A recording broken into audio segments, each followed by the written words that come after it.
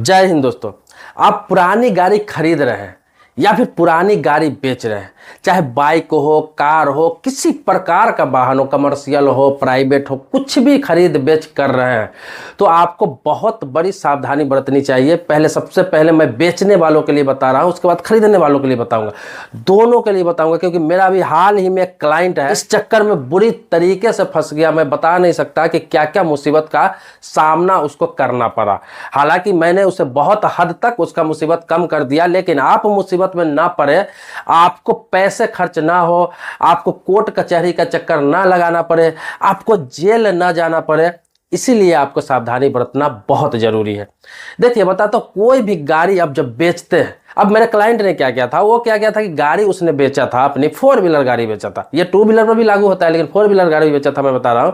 और उसने क्या किया था कि फॉर्म 29 और 30 दे दिया था और निश्चिंत हो गया था कि फॉर्म 29-30 तो भर ही दिया हम, अब कुछ करने की जरूरत नहीं है। अगला बंदा जिससे मैं गाड़ी बेचा हूं वो ट्रांसफर करा लेगा, मेरा टेंशन खत्म हो गया, इसको पैसे मिल गए। अब हुआ क्या कि वो बंदे लगभग 4-5 सालों तक उस गाड़ी को अपने नाम से ट्रांसफर नहीं कराया। जो व्यक्ति खरीदा उस गाड़ी को, उसने अपने नाम से उस गाड़ी को ट्रांसफर नहीं कराया। अब हुआ क्या कि वो गाड़ी 5 सालों बाद एक लीकर में पकड़ी गई, मतलब शराब की ढुलाई में पकड़ी गई, शराब, अवैध शराब ले जाते हुए पकड़ा गया। और वह है कि गाड़ी बंद हो गई। अब आपको पता ही है कि शराब में अगर गाड़ी बंद हो जाती है तो वो गाड़ी छूटने का रहा नहीं कभी। अब क्या होता है कि उसका ऑनर को खोजा गया गाड़ी का। जब ऑनर को खोजा गया तो पता चला कि मेरे क्लाइंट है वो पकड़े गए। इनके पास पुलिस आती है, इन्वेस्टिगेशन करती है, इनको थाने बुला कर ले जाती है, केस फाइल हो जाता है और इन पर भी केस चलने लगता है, क्योंकि गाड़ी का मालिक यही है, वाहन का मालिक यही है, और इनको जेल जाने की नौबत हो जाती है। लेकिन कैसे कैसे करके इनको बचाया जाता है। तो आपको बता दूं कि क्या करेंगे तो आप नहीं फंसेंगे। देखिए गलती इन्होंने क्या किया, गलती ये किया कि आप जब गाड़ी बेचते हैं तो गाड़ी बेचने के बाद, जैसे किसी से गाड़ी आप बेच रहे हैं, तो आपको करना क्या है, सबसे पहले आपको फॉर्म 29-30 भर दिए, उसके लिए कोई दिक्कत नहीं हो, करके तो देना ही है आपको। इसके अलावा एक एफिडेविट आपको बनवा लेना, एफिडेविट बनवा लेना, जिस एफिडेविट में सारे चीज लिखना है। ये लिखना है कि ये जो गाड़ी है, गाड़ी का नंबर लिखना है, चेसिस नंबर लिखना है, ये दिनांक इतना इतना को मैं इस व्यक्ति से बेच रहा हूँ, जिससे बेच रहा है उसके नाम के साथ इस व्यक्ति से बेच रहा हूँ।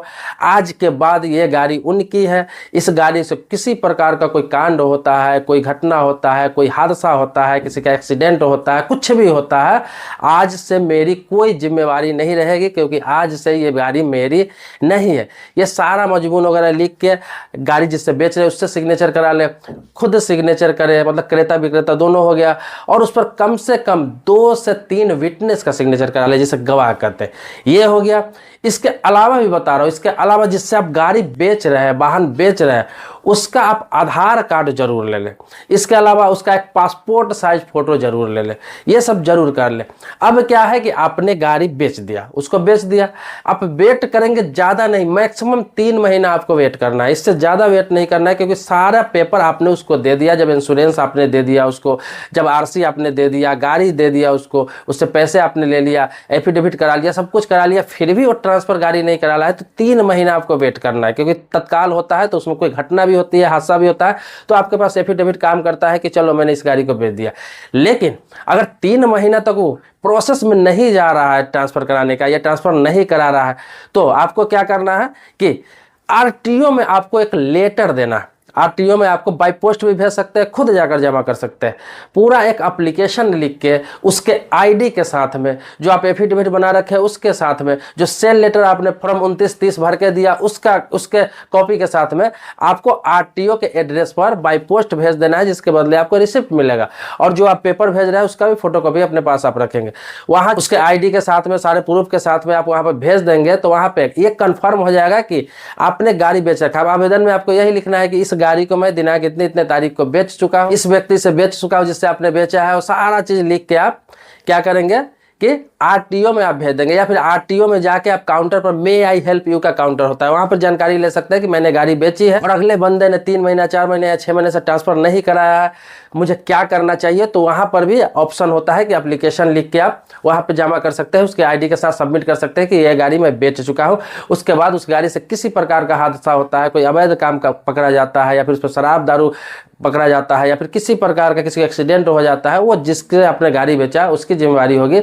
आपके पास सिर्फ प्रूफ रहना चाहिए कि आपने ये गाड़ी बेच दिया, फिर आपकी जिम्मेवारी खत्म हो जाती है। लेकिन होता क्या है कि लोग अक्सर जानते हैं कि चलो जानने वाला है, दोस्त है, कोई रिश्तेदार का रिश्तेदार है, या फिर कोई दूर का ही है, मेरे जानकार है, मैं ऐसे ही गाड़ी दे दिया, कोई दिक्कत नहीं, या ट्रांसफर करा लेगा। मैं आपको बता दूं ऐसी ऐसी गाड़ियां लोग सेकेंड हैंड चला रहे हैं जो 2 बार 3 बार 4 बार 5 बार सेल हो गया, बिक गया, खरीद बिक्री हो गया, लेकिन आज तक लोगों ने ट्रांसफर नहीं कराया। पहले ओनर के नाम से ही चल रहा है या फिर सेकेंड ओनर के नाम से ही चल रहा है, आज तक उसी के नाम से गाड़ियां चल रही है। और यही वजह है कि कितने लोग बेवजह फंस रहे हैं। बेवजह मालिक ठीक है, आप जेल नहीं जाएंगे, आपको कुछ नहीं होगा, लेकिन अपने आप को सही साबित करने के लिए ये बात समझ लीजिए। आप सोचेंगे कि चलो मैं जेल नहीं जाऊंगा, कुछ नहीं होगा मुझे, मैं समझ लूंगा, होगा तो मैं प्रूफ करूंगा, लेकिन ठीक है, लेकिन वहां पे अपने आप को सही साबित करने के लिए, इस चीज को प्रूफ करने के लिए आपको कोर्ट कचहरी का चक्कर लगाना पड़ेगा। जो आपके खिलाफ FIR हो जाएगा, उस FIR को झूठा साबित करने के लिए आपको भी साल 2 साल कोर्ट कचहरी का चक्कर लगाना पड़ेगा, पुलिस स्टेशन का चक्कर लगाना पड़ेगा, पैसे खर्च होंगे, समय बर्बाद होगा, जबकि आपको कुछ मिला नहीं, आपने खुद का सेकेंड हैंड गाड़ी बेचा। तो क्यों मैं इतना टेंशन लूंगा, क्यों मैं इतना टेंशन लूंगा? मैंने जो कहा उस चीज को अगर आप गांठ बांध लेते हैं और इस चीज को फॉलो करते हैं तो फिर भविष्य में कभी दिक्कत नहीं आएगी। एक बार और सुन लीजिए, गाड़ी बेच रहे हैं तो आपको एक एफिडेविट बनाना है, सेल लेटर बनवा देना है, दोनों का कॉपी अपने पास भी रखना है, उसको भी दे रहे हैं, अपने पास भी एक कॉपी रखना है उसका। इसके अलावा आपको क्या करना है, जिससे गाड़ी बेच रहे हैं उसका आधार कार्ड का कॉपी लेना है, उसका पासपोर्ट साइज फोटो लेना है, और एग्रीमेंट जो कर रहे हैं आप, जो शपथ पत्र बना रहे हैं, उस शपथ पत्र पर कम से कम 2 से 3 विटनेस होना चाहिए, गवाह होना चाहिए। ये चीज आप कर लेते हैं तो फिर कभी भविष्य में आपको दिक्कत नहीं आएगी। उसके बाद 3 महीने 4 महीने तक आप देखिए, अगर वो ट्रांसफर नहीं कराता है उसका नंबर लिए रहिए, पूछिए, अगर ट्रांसफर नहीं कराता है या फिर ट्रांसफर के प्रोसेस में नहीं जाता है तो फिर आपको क्या करना है, इन सारी कॉपीज का फोटो स्टेट के साथ में एक आवेदन लिख के आपको RTO में दाखिल कर देना है, RTO को भेज देना है, उसका भी रिसीविंग आपके पास रहेगा। फिर आप जीवन भर के लिए निश्चिंत हो जाएंगे, चाहे वो ट्रांसफर कराए अथवा ना कराए, उसकी जिम्मेवारी है। किसी का एक्सीडेंट होता है, किसी का हादसा होता है, उस गाड़ी से कोई अवैध काम पकड़ा जाता है, किसी का किडनैपिंग होता है, सारी जिम्मेवारी उसकी होगी। आपके पास पुलिस आती भी है, कभी आप गाड़ी ओनर का नाम रहता है, आपके नाम से दर्ज रहता है, आती भी है, तो आपको सिर्फ ये चीज बता देना है, पुलिस चली जाएगी, आपको कोई किसी प्रकार की दिक्कत नहीं होगी। तो ये चीज समझ लिए। अब आपको बता रहा हूँ जो लोग गाड़ी खरीद रहे हैं उनको क्या क्या सावधानी बरतनी चाहिए। देखिए, किसी से आप पुरानी गाड़ी खरीद रहे हैं, सेकेंड हैंड गाड़ी खरीद रहे हैं, तो इस मकसद से नहीं ले कि गलत चीज में उपयोग करना है, लेकिन गलत काम में उपयोग करते हैं तो उसके लिए तो मैंने बता ही दिया कि बेचने वाला अगर सावधानी बरत रहे तो गलत करने वाला उस गाड़ी से गलत भी करेंगे तो पकड़े जाएंगे। लेकिन खरीदने वालों के लिए कह रहे हैं कि खरीदने वाला की कोई दिक्कत नहीं आए, परेशानी नहीं आए, कोई शरीफ लोग, कोई अच्छे बंदे जो खरीद रहे हैं उनको क्या सावधानी बरतनी चाहिए कि उनको ट्रांसफर में दिक्कत ना हो। तो उनको क्या करना है कि अब गाड़ी आप खरीद रहे हैं सेकेंड हैंड, तो क्या करना है, आपको RC लेना है, आपको इंश्योरेंस देखना है कि इंश्योरेंस फेल नहीं होना चाहिए। ये 2 चीज तो आप ले ही लिए जो मेन होता है। रही पॉल्यूशन की, तो पॉल्यूशन की कोई जरूरत नहीं है, पॉल्यूशन है तो भी ठीक है, नहीं हो तो भी ठीक है, नहीं है तो हो जाएगा। पॉल्यूशन में कोई ज्यादा पैसा नहीं लगता, आपको पता ही हो, तो हाथों हाथ करा सकते हैं आप।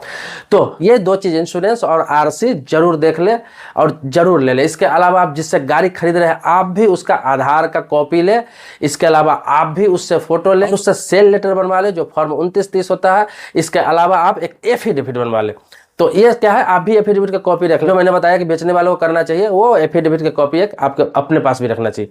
अब क्या है, आपके पास RC है, इंश्योरेंस है और ऑनर का आधार का कॉपी है, उसका फोटो है, तो आसानी से आपके नाम से ट्रांसफर हो सकता है गाड़ी, ट्रांसफर में कोई दिक्कत नहीं होती है। अब इसमें एक चीज और ध्यान रखने वाली बात है जो मैं बता रहा हूं, जो बेहद खास है। इन पेपर के अलावा जो लोग खरीद रहे हैं उनको, खरीदने वालों के लिए, बेचने वालों को तो छोड़िए, देंगे नहीं देंगे, खरीदने वालों के लिए कह रहे हो, सबसे बड़ी चीज ये देखना है कि जो गाड़ी मैं खरीद रहा हूं वो कहीं लोन पे तो नहीं होता है ना। आजकल ज्यादातर गाड़ी 99% गाड़ी मैं बता रहा हूँ, 1% ही गाड़ी लोग कैश पे निकालते हैं, लेकिन 99% गाड़ी लोग लोन पे ही निकालते हैं, EMI पे ही निकालते हैं। तो आपको देखना है ये गाड़ी लोन पे तो नहीं है। अगर लोन पे है तो क्या EMI पूरा हो चुका है या नहीं, लोन क्लियर हो चुका है कि नहीं, ये आपको देखना है, पता लगाना है। अगर मान लीजिए लोन पे गाड़ी है तो अगर उन्होंने चुकता कर दिया है तो उसका NOC का कॉपी आपको लेना है। अगर NOC आपके पास नहीं है, अगर NOC नहीं देता है अगला बंदा, फिर आपकी गाड़ी आपके नाम से ट्रांसफर नहीं होगी किसी प्रकार। तो NOC आप जरूर लेंगे। लोन पे गाड़ी है तो, कैश में है तो पेपर आपको मिल जाए। अब ये बात आपको बता देता हूँ कि आपका पता कैसे करना है कि गाड़ी लोन पर है या कैश में है। तो आपका जो RC मिलेगा तो RC पे क्लियर लिखा रहता है फाइनेंसर का नाम, जो बैंक फाइनेंस करी है तो फाइनेंसर में उसका नाम लिखा हुआ रहता है वहां पर। लेकिन जब लोन क्लियर हो जाता है, अगर लोन क्लियर है किसी प्रकार का, तो फाइनेंसर का नाम हटाकर दूसरा RC जब आता है वहां से चेंज करके, तो उसमें है कि ऑनर का नाम लिखा रहता है। तो इससे भी RC से भी आप पता लगा सकते हैं कि गाड़ी लोन पर है अथवा लोन पे नहीं है। अगर लोन पर है तो एनओसी लेंगे। अगर तत्काल में लोन खत्म हुआ है, अगर उन्होंने कहा है कि हाँ चलो तत्काल में खत्म हुआ है, अभी आरसी पर मैंने चेंज नहीं कराया है इसको, तो आप एनओसी लेंगे, बैंक का एनओसी लेंगे कि बैंक ने आपको एनओसी दिया है कि नहीं, तब उस गाड़ी को खरीदे। अन्यथा गाड़ी नहीं खरीदे, नहीं तो आप भी आरटीओ का चक्कर लगाते रह जाएंगे, आपके नाम से ट्रांसफर नहीं होगा, कोई कंप्लेन होगा, जो बेचने वाले हैं इस तरह से पल्ला झाड़ लेंगे, आप बुरी तरीके से मुसीबत में पड़ जाएंगे। दोस्तों इसमें भी बहुत सारी बातें हैं, बहुत सारे सवाल आपके मन में भी हो सकते हैं, कुछ छूट गया हो, कुछ पूछना है, कुछ जानना है, तो आप कमेंट बॉक्स में लिखिए। कमेंट बॉक्स में अपनी बात को लिखेंगे तो मैं हर टॉपिक पर वीडियो बनाता रहता हूँ, जितना भी लॉ से संबंधित टॉपिक है उस पर वीडियो बनाता रहता हूँ, आपके टॉपिक पर वीडियो बना दूंगा। ये भी मेरे एक क्लाइंट के टॉपिक पर वीडियो था, इसीलिए मैं सोचा कि मैं बना ही देता हूँ, ताकि और लोगों को इस बारे में जानकारी हो जाए। इससे संबंधित जानकारी होना हर व्यक्ति को जरूरी है, ताकि हर व्यक्ति मुसीबत से बच सके, क्योंकि मेरा चैनल ही है अवेयर का चैनल, जागरूकता का चैनल। दोस्तों सब्सक्राइबर अभी तक मेरा नहीं है तो चैनल को सब्सक्राइब कीजिए, लेकिन सब्सक्राइबर पहले से है तो इसके लिए कोटि कोटि धन्यवाद देता हूं, आभारी हूं आपका। मिलते हैं नेक्स्ट वीडियो में एक नए मुद्दे के साथ, तब तक के